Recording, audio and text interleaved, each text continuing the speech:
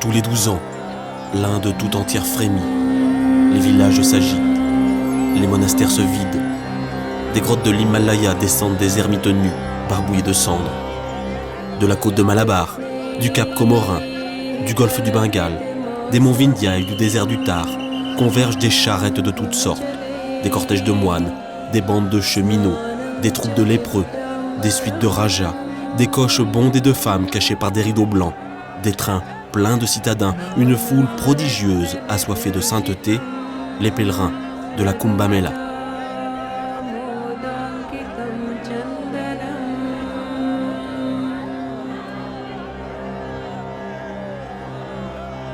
जाति चंपक बिल्व पत्र रचितम्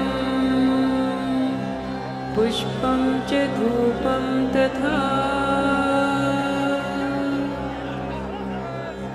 दीपं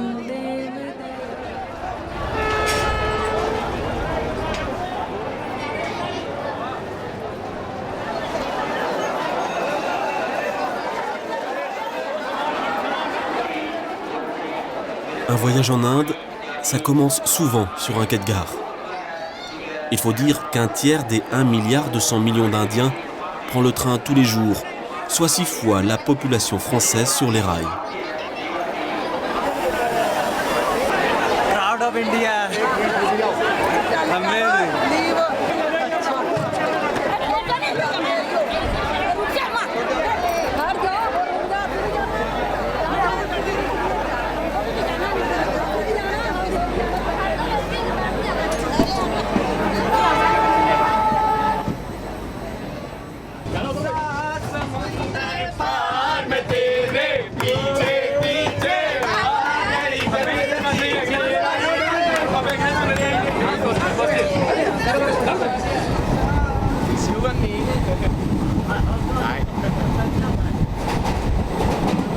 Un souvenir d'enfant m'a conduit jusqu'ici. Sur la télévision familiale, des sages aux regards insondables et des sadhus enturbanés marquèrent l'écran de ma mémoire. Autant de peur que de curiosité. Je m'étais promis d'aller à leur rencontre et ils sont là, nombreux dans ce train. Yes, Kumbh Mela, yes, Gujarat, Porbandar, US Gujarat, Porbandar, Mahatma Gandhi, Janmasthan, yes, Yogi, yes, yes, Japan.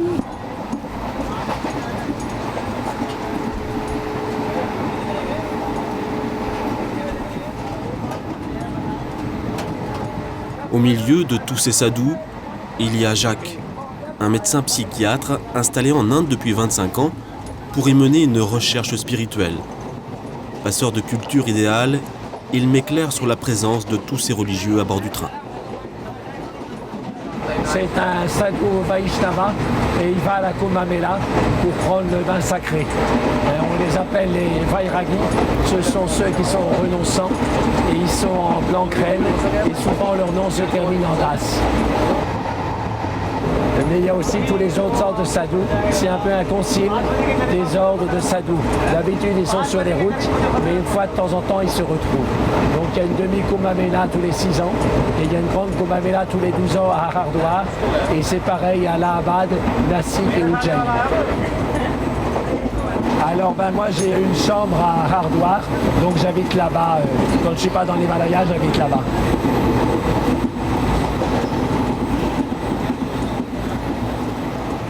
Jacques se rend également à la Kumbh Mela. Il me propose de l'y accompagner, d'y rencontrer son maître, ainsi que des gourous authentiques. J'accepte l'invitation.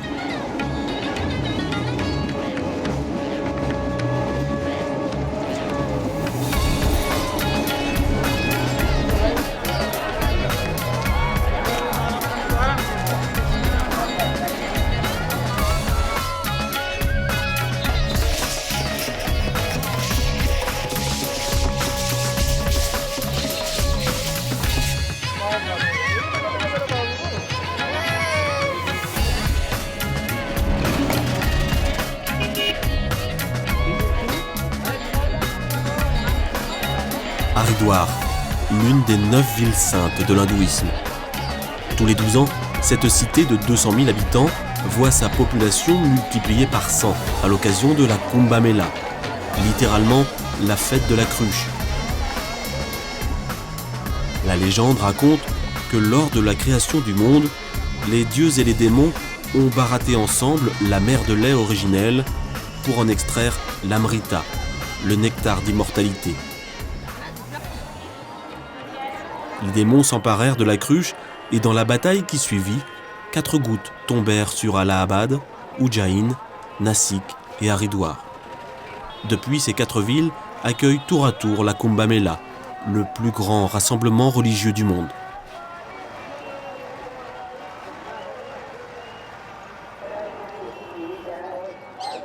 Dans le polythéisme hindou, chacun peut y trouver son compte.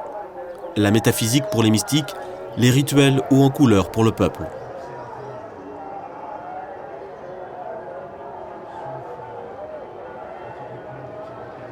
Je retrouve Jacques sur les Ghats, où il conduit une séance de méditation pour un groupe de voyageurs européens.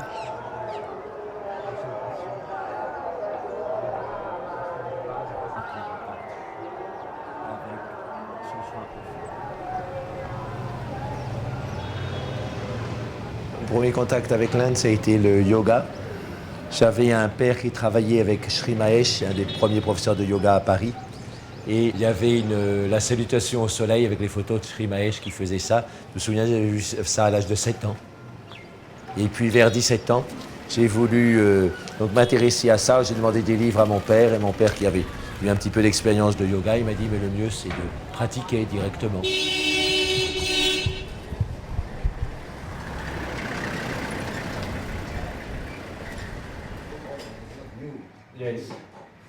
L'hindouisme m'a bien plu à cause de son pluralisme, de sa largeur de vue. Au point de vue social, c'est sûr que l'hindouisme est assez strict, mais au point de vue métaphysique, pratique spirituelle, c'est plus libre et plus ouvert. Donc c'est très différent du milieu biblique où le dogme, ce qu'on croit est très important. Mais dans l'Inde, c'est moins important. Ce qui est important, c'est sa pratique.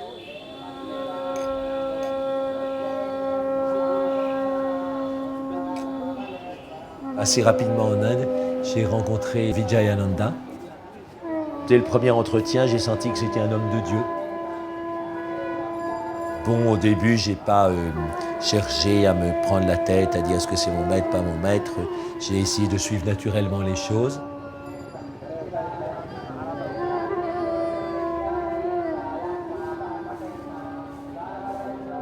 C'est un ancien médecin français qui en 1950 est venu en Inde, est parti pour l'Inde, et il a assez rapidement rencontré Mahananda Mahi.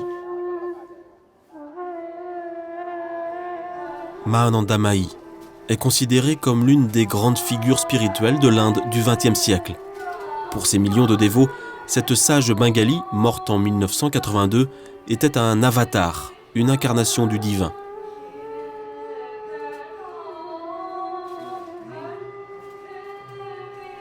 Le 2 février 1951, Abraham Jacob Wintrob fait sa connaissance à Bénarès. Cette rencontre marquera à jamais son existence, comme il le racontait il y a quelques années sur cette même esplanade. J'étais venu en Inde voir un gourou. Un gourou pour moi c'était un vieillard avec une grande barbe blanche et pas une femme. Et puis je suis retourné dans mon hôtel, hein, avec cette petite chose, je ne savais pas ce que c'était. Après, j'ai interprété. Cette petite chose, vous savez ce que c'était? C'était quand vous avez un baril de poudre, hein, et vous jetez l'allumette allumée dans le baril de poudre. Il ne se passe rien au moment. Hein. Mais vous savez, quelque chose d'extraordinaire va se passer. Hein.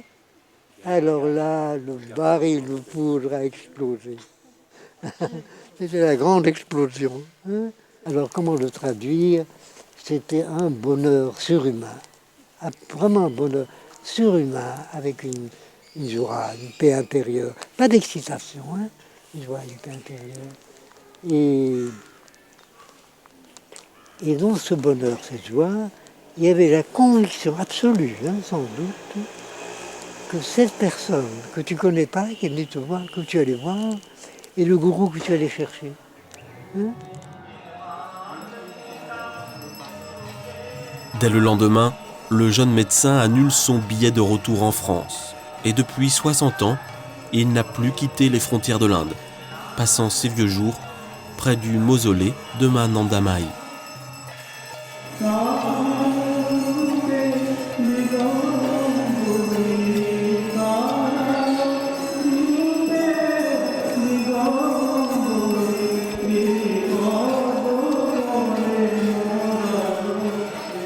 Satis est né et a grandi dans cette dévotion envers la Sainte Bengali. Il attend la Kumbh Mela comme d'autres attendraient la Coupe du Monde de football si elle se déroulait dans leur ville. We think that the big peoples and rich people as well as poor people, they every take holy deep in one place. So that's the theme of Kumbh Mela. They enjoying. So it's new. It's nice for us. The Kumbh Mela is in right now top position, and now till 15th the crowd is like that. Every day thousands and thousands people came here to take holy deep, and then once they take deep and then they go back their home. So now 6 and 8 days, like every day like that, in 24 hours, morning, evening, at night, all times people will come and go back.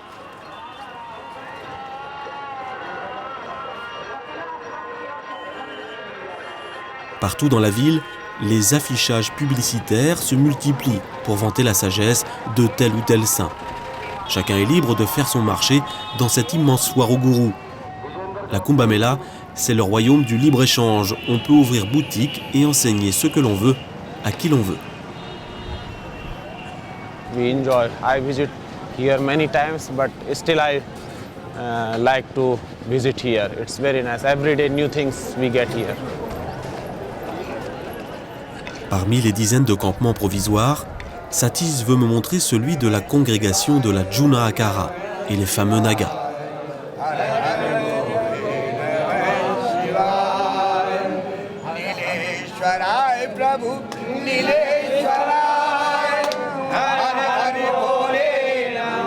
Ces moines mendiants parcourent l'Inde depuis plus de 5000 ans. De maître en disciple, ils descendraient des rishis, les voyants des origines, fondateurs des mythes hindous. Ils se recouvrent de cendres. Les sadhus clament ainsi leur détachement des affaires du monde. Le feu brûle le corps et détruit l'ego. Surnommés guerriers de Shiva, les Nagas sont vindicatifs et n'hésitent pas, parfois, à prendre les armes.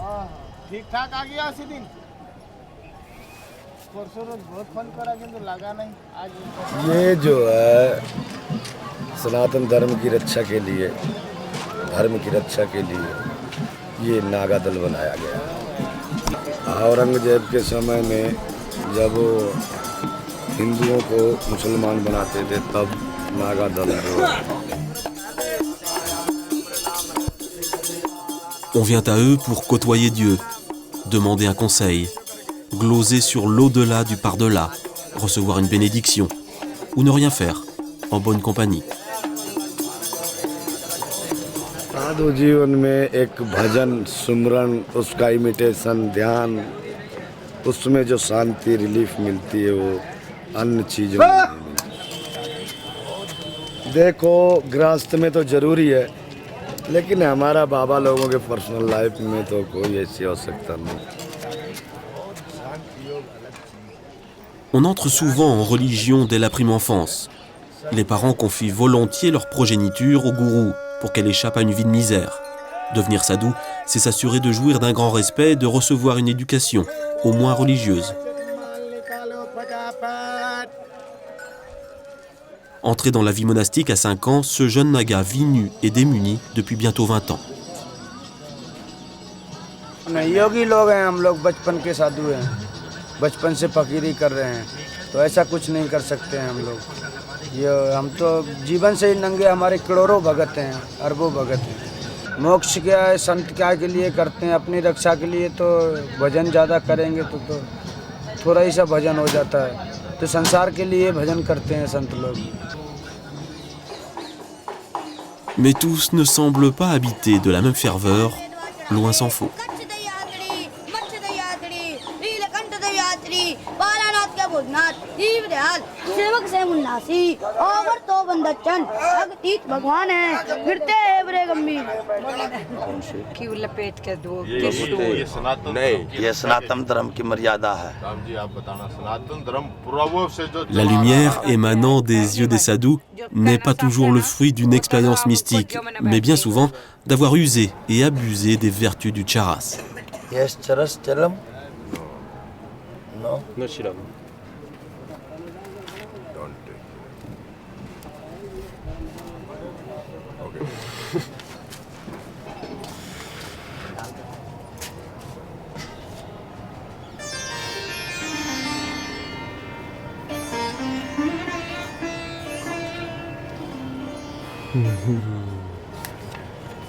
En Inde, les sadhus sont les seuls autorisés à consommer du hashish, car il aurait le pouvoir de déchirer les voiles de l'illusion.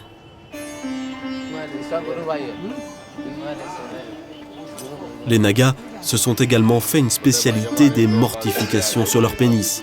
Je ne saurais dire si ces sadhus maso en tirent un quelconque bienfait spirituel, mais le résultat est spectaculaire. Now he's totally control his sexual power. Transmit into his mind in third eyes. He now he think only why is my God. चल मेरे को तो Now you welcome to me. Yes, I'm moving here just in here. You welcome to me.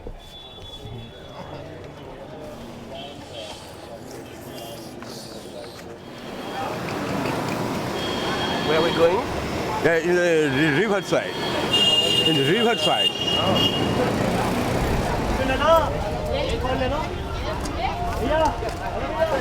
You touch the water first. First you go and touch the water. You go and touch. You go and touch the water.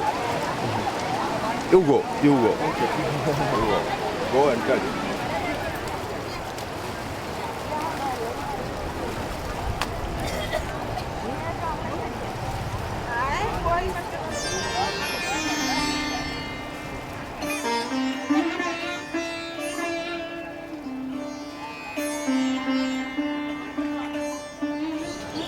You feel your everything. You feel in here. Who I am who. Where from I am coming here. What is my duty? You are son of God. Now you think your father, your mother, but nobody here. Only the God is here. But where is the God? The God is here. God is here. So you asked everything in here. In your family matters, in your personal matter, you asked in here.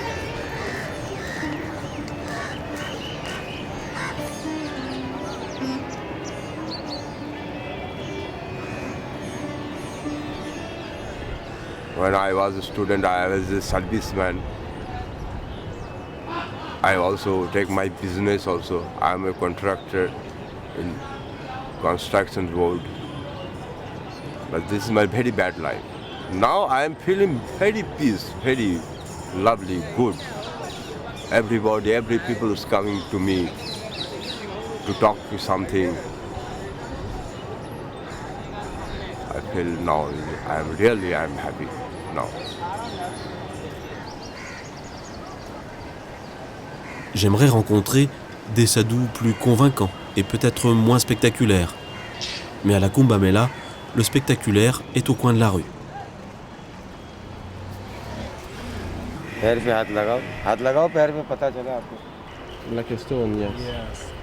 Certains sadhus s'infligent des mortifications très sévères. Celui-ci a pris le vœu de rester debout pendant 12 ans, sans jamais s'asseoir ni se coucher. Voilà 6 ans qu'il tient. Plus qu'un acte de courage et d'obéissance, il s'agit pour lui de trouver la liberté à l'intérieur même de la prison du corps. Guru महाराज का भजन कर रहे हैं, तपस्या समाज सेवा के लिए ही करते हैं ना, महात्मा किसके लिए समाज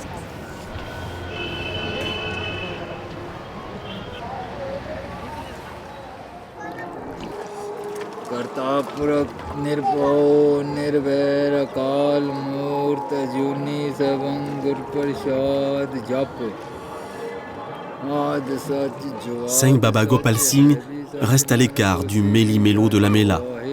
Il y a quelques années, ce commerçant du Pendjab abandonne son cybercafé pour revêtir l'habit orange et blanc du renonçant. La cesse de Baba Gopal, c'est le Mundari, le vœu de silence.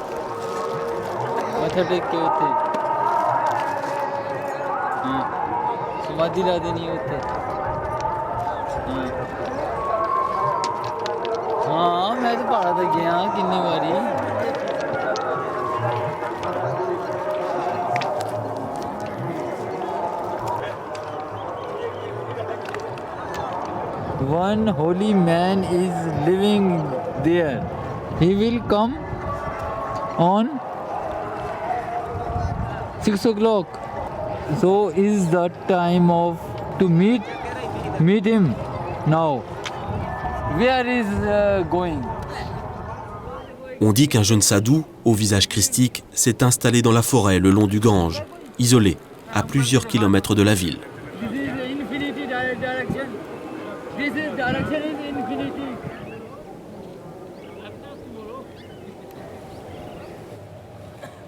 Après 1 heure de marche, déception, l'arbre du sage est désert.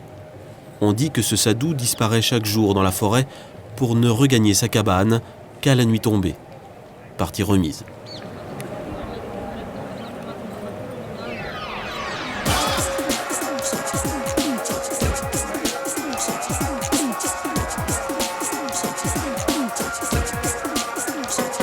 Du haut de son statut de ville sainte, Haridwar interdit la consommation d'alcool et de viande sur son territoire, et ce, toute l'année.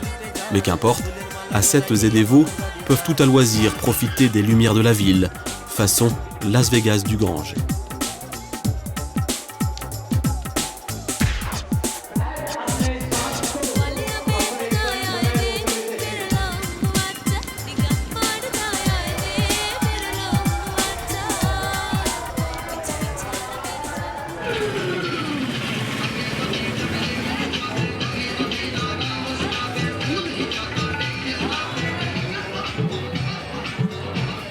En attendant de retrouver le mystérieux saint homme, Singh Baba Gopal Singh tente de transmettre sa ferveur à qui veut l'entendre.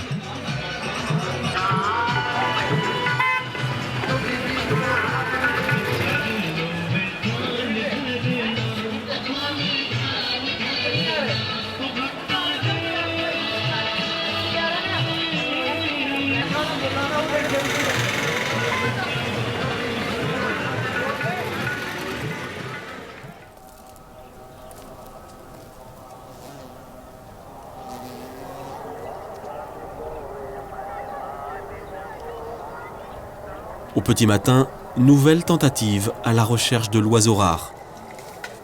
Malgré sa volonté de rester isolé, la réputation de sainteté du jeune sadhu a voyagé par le bouche à oreille, et ils sont chaque jour de plus en plus nombreux à venir s'asseoir à ses pieds.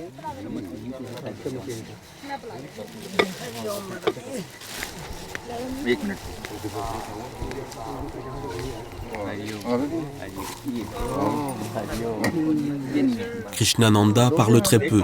Sa diksha, sa transmission, c'est sa présence.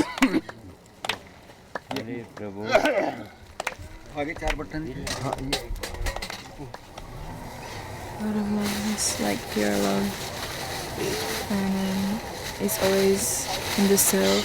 He's always like in the observer. He's always Shanti.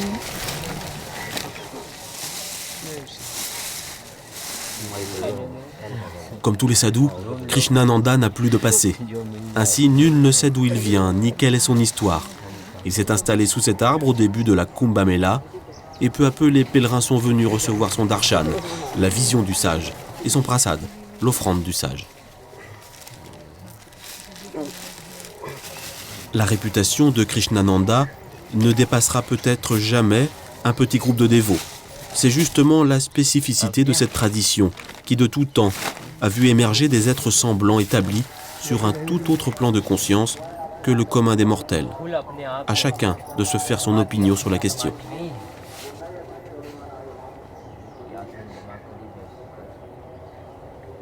go to near Lord Krishna, sit down, he leave all things. When he leave all things, it is vairagya. Not remembering his body, only love of his lover. He knows always time his Lord is universal, no any person except him, his lover, no any person in his eyes. It is Gyan.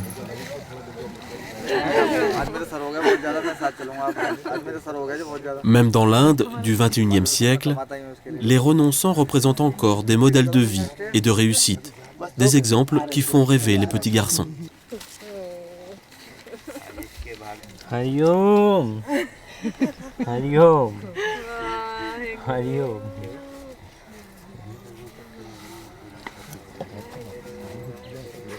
And I keep saying that go back to the self, go back to the self, go back to the self. And then don't lose your time, you know, and pay a lot of attention, be very aware, very alert at all times, be very, very awake. Whatever you do, be fully there. If you're sitting, just be sitting. If you're eating, just eat. If you're filming, just be filming. So it's very simple things, but very like practical. And it says like no theory, just practice, practice.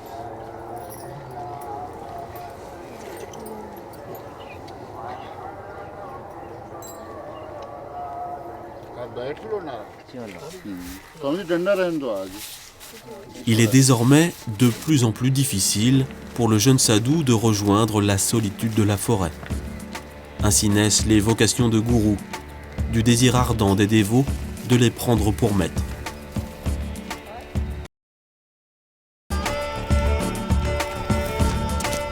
Singh Baba Gopal Singh rejoint lui une autre file indienne, celle du Bandara. Chaque jour en Inde, 5 millions de moines mendiants reçoivent leur repas de la Providence. Une Providence qui, ce jour-là, prend la forme de Swami Arban Saharji. Depuis 25 ans, ce Swami court les rassemblements religieux aux 4 coins de l'Inde pour distribuer gratuitement à manger à des centaines de ses congénères. À l'en croire, il ne se préoccupe jamais de l'argent nécessaire.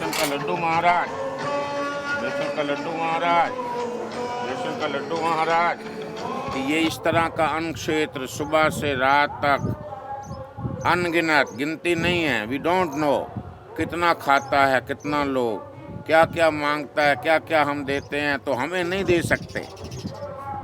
ऐसा फक्कड़ बनकर आ जाता है और वही चलवाता है सब.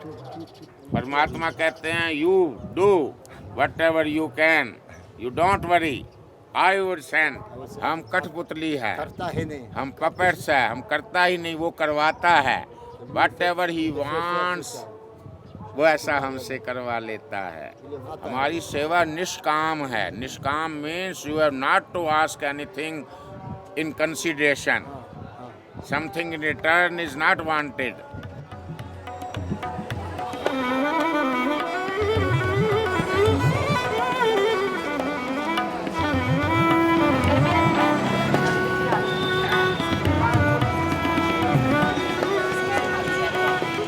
Alors ici, il y a le grand canal d'Ardouar. Oui. Donc du côté gauche, c'est Ardouar-Ville. Et puis du côté droit, c'est les Ghats où les gens viennent se baigner. Jacques emmène son groupe chez Swami Nardananda, un gourou respecté.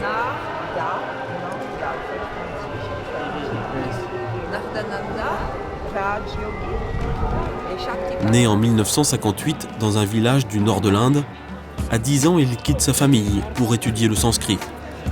Brillant élève, il recevra même son diplôme des mains d'Indira Gandhi. Devenu moine à 14 ans, il passera de longues années d'ascèse isolé dans l'Himalaya, dans la pure tradition hindouiste orthodoxe. Une tradition qu'il a pourtant su dépasser. जो मनुष्य में जो है विभाजन करने वाले हैं, है ना, आपस में जो है बेमनुष्यता करने वाले हैं, किसी के प्रति नफरत, किसी के प्रति प्यार, ऐसे धर्म में विश्वास. ये धर्म नहीं है, ये राजनीति है। Nardananda assume son rôle de gourou, un terme synonyme d'escroc en Occident, mais sacré en Orient, où la relation maître à disciple est au cœur de la pratique religieuse. En sanskrit, le gourou est celui qui dissipe les ténèbres, celui qui éclaire le chemin du chercheur. Many gurus are there, they have very good state of mind and they are very higher level of thinking. But people say, oh, he does not anything, he has nothing. How can be a guru? People they have some kind of difference. If real guru is he has many things, many ashram, many money. So this is narrow thinking. So we have to free from all these narrow thinking. Then one can have a real guru. We become very good proper seeker of Atma, proper seeker of God. Then we can have a real guru. If any guru need anything from disciple, it means guru finished. He is not anymore guru. Guru just he want to give. It is a big event. When someone moves your heart so completely, somehow with that energy force, something gets molded. It is the purity of that teacher or the wisdom or the profundity, whatever in that teacher is, and whatever connects between that student and teacher, so that is natural to unfold in a very powerful way.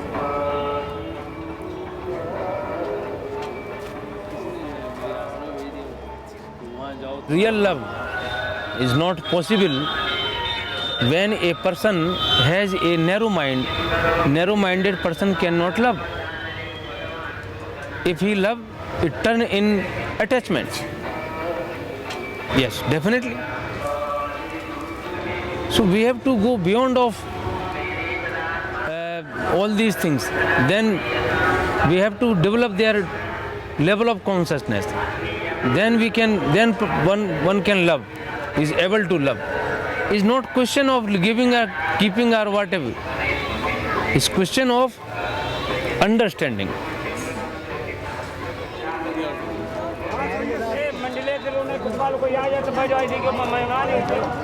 Ce jour-là, Swami Nardanand offre un bandara.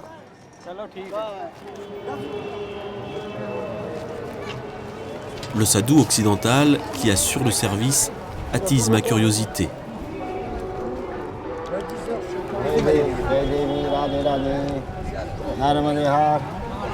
Bien qu'il ait lui aussi renoncé à son passé, j'apprendrai qu'il s'appelle Sumeru, qu'il est luxembourgeois et est arrivé en Inde à l'âge de 18 ans. Depuis 30 ans, il observe le monde des sadhus de l'intérieur. Il en connaît les grandeurs et les faiblesses.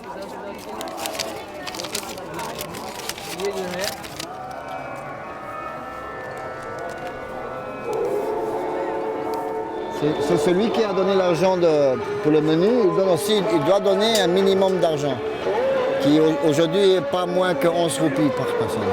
Même 11 roupies, c'est considéré vraiment comme toutes sortes de choses, ça peut devenir en bandara. Il y a même des gens qui donnent des trucs de l'or cachés dans les boules de sucre. Tu manges, tu recommences, c'est de l'or, tu mets en poche, tu vois. Ça s'appelle la donation secrète. Les sadhus ici, t'as pas vu, ils courent pour avoir plus d'enveloppes, ils courent à plusieurs bandaras. Ils mangent pas une fois, ils mangent 3, 4, 5 fois. Ils se prennent l'argent. Sadhu ou pas, un homme reste un homme. Mon image idéalisée des moines hindous vient encore d'en prendre un coup. Ici, on ne dit jamais hindouisme, ça c'est un mot des Européens. Personne ne dit qu'on est hindou, ils disent qu'on suit la nature éternelle. Le Tao, quoi. On suit la nature Tao, on suit le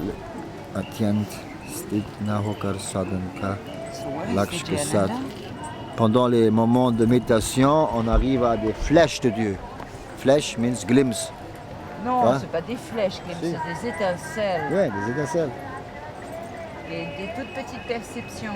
Pour quelques secondes, tu as des aperçus de Dieu ou des petits aperçus, des petits et tout le meaning, tout le goal de la sadhana, Le but là, de toute sadhana, c'est de prolonger ces quelques moments de trucs et de les faire la vie complète toujours.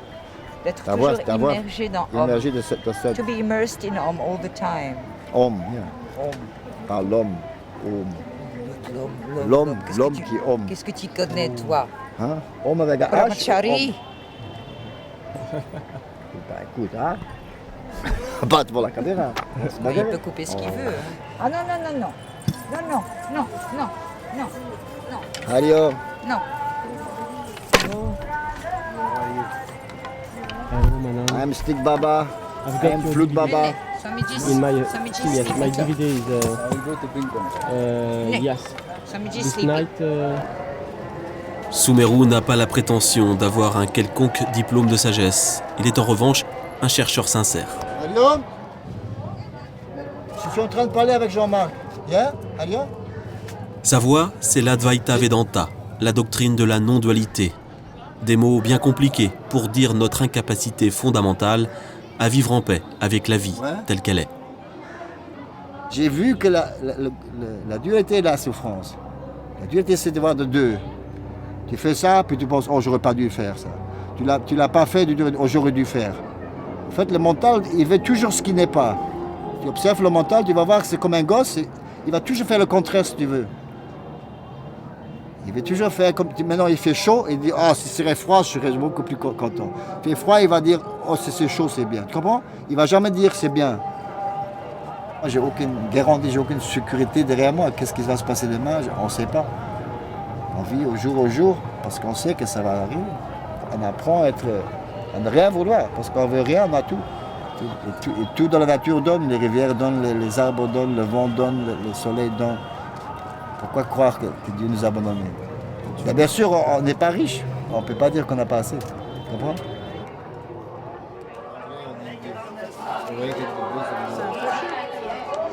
Ils font tout ça pour attirer les peuples, pour dire la vérité au peuple. Ils ne vont pas arnaquer le peuple. Ce qu'ils parlent, c'est la vérité. C'est-à-dire, même s'ils utilisent tous ces trucs-là, médias, c'est seulement pour se faire plus de public, pour donner ce message, pour faire passer le message à plus de gens.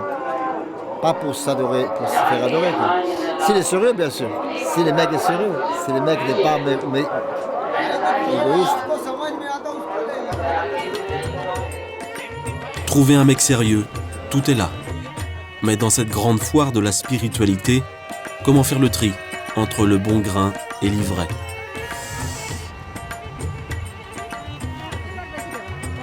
Aux sadhus ostentatoires ou spectaculaires, je préfère davantage celui qui ne veut pas de disciples, comme le vieux Vijayananda.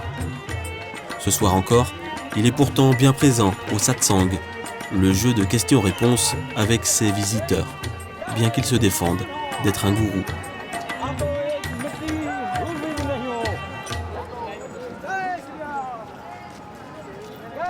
Vous êtes devant un homme tout à fait ordinaire, rappelez-vous. Par moment, peut-être, je ne suis pas sûr, je crois, qu'il y a un pouvoir qui me fait parler. Voilà. Je ne suis pas un gourou, je n'ai pas de disciple, et j'ai donc rien à transmettre. Il n'y a qu'un seul gourou, c'est le divin suprême. Hein? Et quand quelqu'un est vraiment intense, attiré vers la vie spirituelle, ce divin suprême lui envoie une personne pour le guider. Hein? En ce moment, il sert un peu avec moi. Quand il en aura marre, il m'enverra promener. Vous aimeriez bien vivre jusqu'à 120 ans? Non. Moi, je ne tiens pas à vivre. Pardon? Je ne tiens pas à vivre longtemps. J'ai déjà assez maintenant.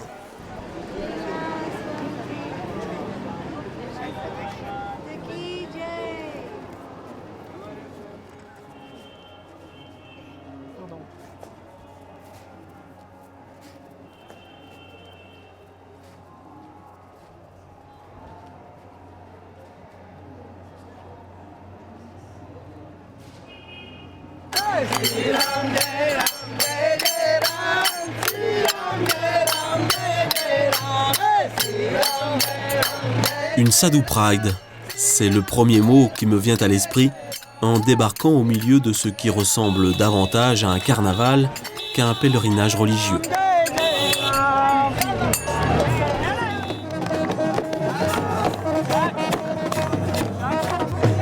prépare à partir au bain et donc il y a un aspect festif. Là-bas, il y a un enfant sadou, on peut aller le voir. Il est sadou toute l'année et alors donc il est éduqué maintenant par le gourou et dans l'ashram.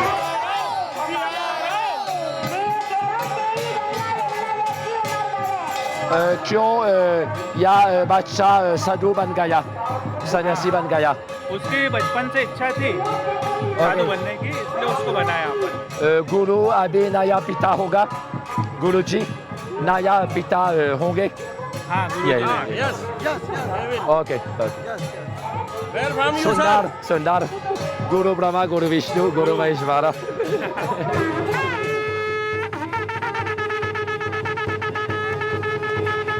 Après 3 mois de festivités, la Kumbh Mela touche à sa fin.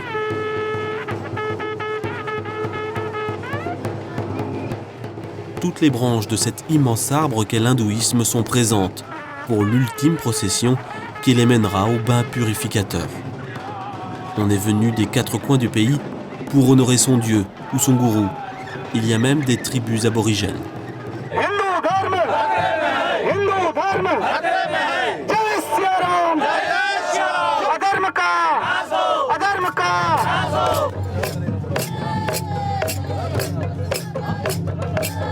Which is the oldest land, Gondwana area, which is one of the oldest area in the world, and these people live there in deep forest, and from there their culture is there. This culture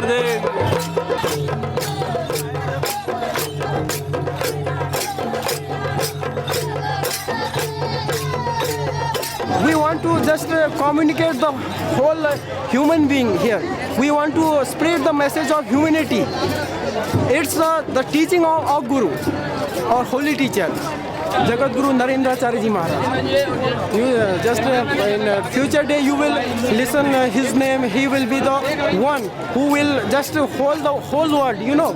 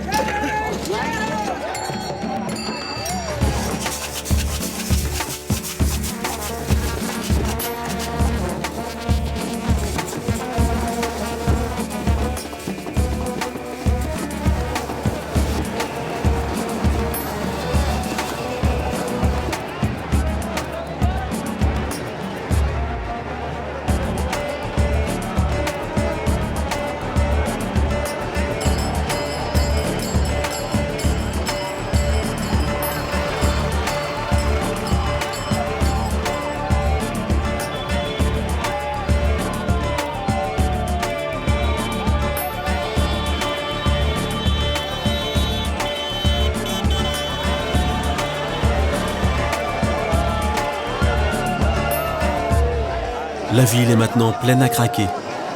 Les autorités affirment que 80 millions de pèlerins auront visité Haridwar pendant les 100 jours du pèlerinage. Une estimation sûrement exagérée, pourtant il semble bien que la ville ne pourrait pas supporter une seule personne de plus.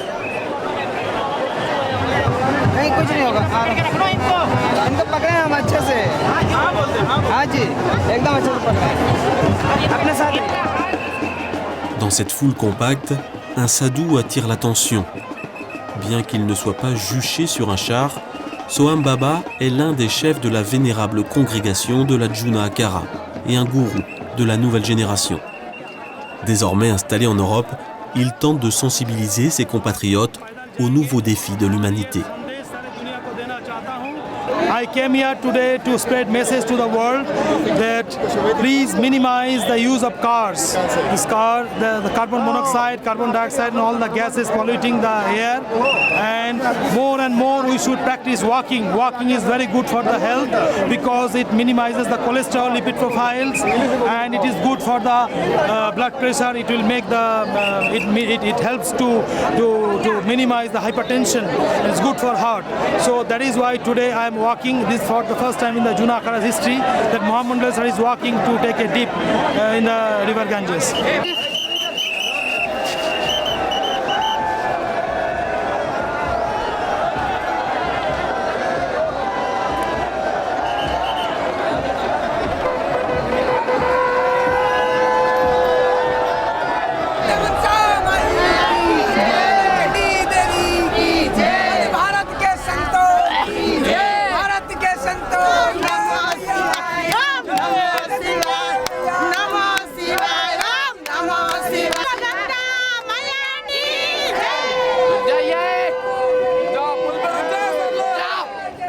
Les dates des bains sacrés sont, comme souvent en Inde, déterminées selon des méthodes astrologiques.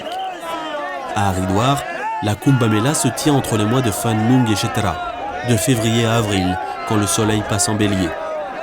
Les hindous croient que les eaux du Gange deviennent alors Amrita, nectar d'immortalité. Un bain lors de cette période auspicieuse les purifiera de tous leurs péchés, ainsi que leurs ascendants, sur 88 générations.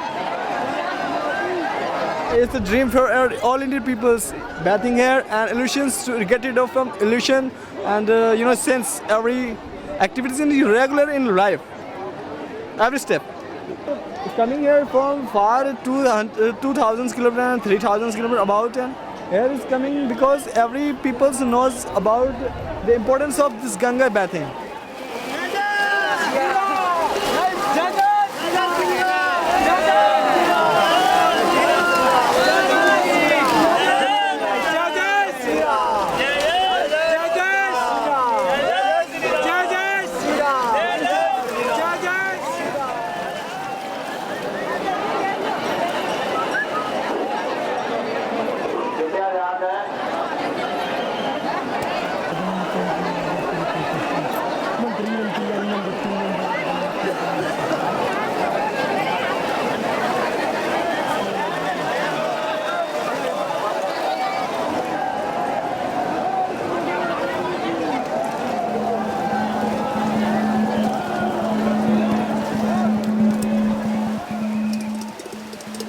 Le crépuscule indien est l'heure de l'Arati.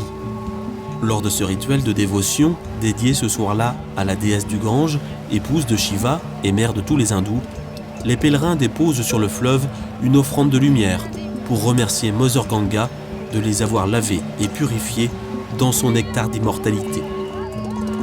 Quelle vie après la mort? Cette question taraude l'humanité de toute éternité, justement. J'aurais aimé la poser à Vijayananda. Elle restera sans réponse. Le vieux Swami vient de mourir, quelques minutes avant notre rendez-vous.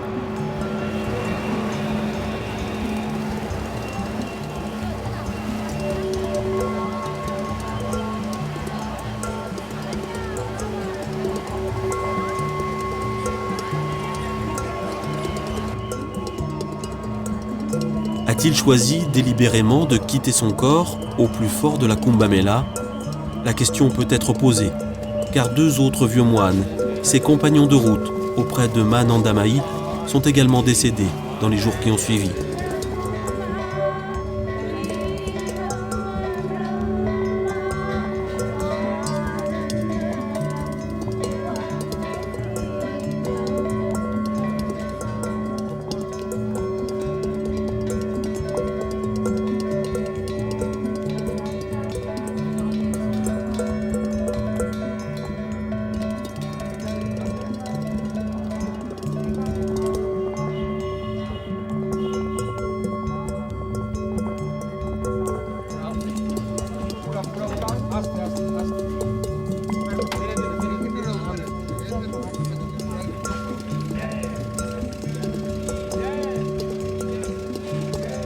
Ainsi est la lila de Shiva, le jeu de celui qui détruit le monde et les attachements pour mieux le recréer.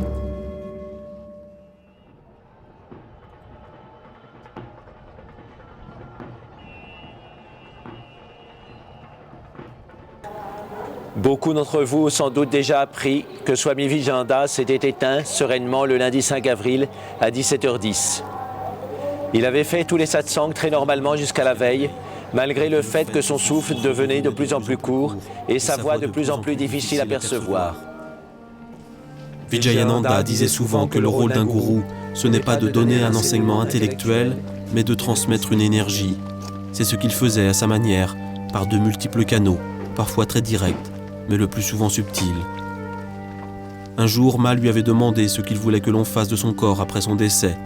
Il avait répondu « Qu'on le jette n'importe où, je m'en moque complètement ». Ma avait alors sursauté et dit « Le corps que tu as fait tant de pratiques intenses qu'il ne doit pas être jeté comme cela. » On peut raisonnablement interpréter ces paroles en disant qu'il ne fallait pas mettre le corps de Swamiji dans le Gange, comme on le fait d'habitude pour les sannyasis, mais qu'il était préférable d'établir un samadhi, un tombeau en bonne et due forme. Nous avons décidé que la meilleure manière de respecter cette intention de Ma était de le rapatrier en France. Ironie de l'histoire, celui qui pendant 60 ans a recherché la solitude et fui les honneurs aura pour dernière demeure le cimetière d'Estar, le Père-Lachaise.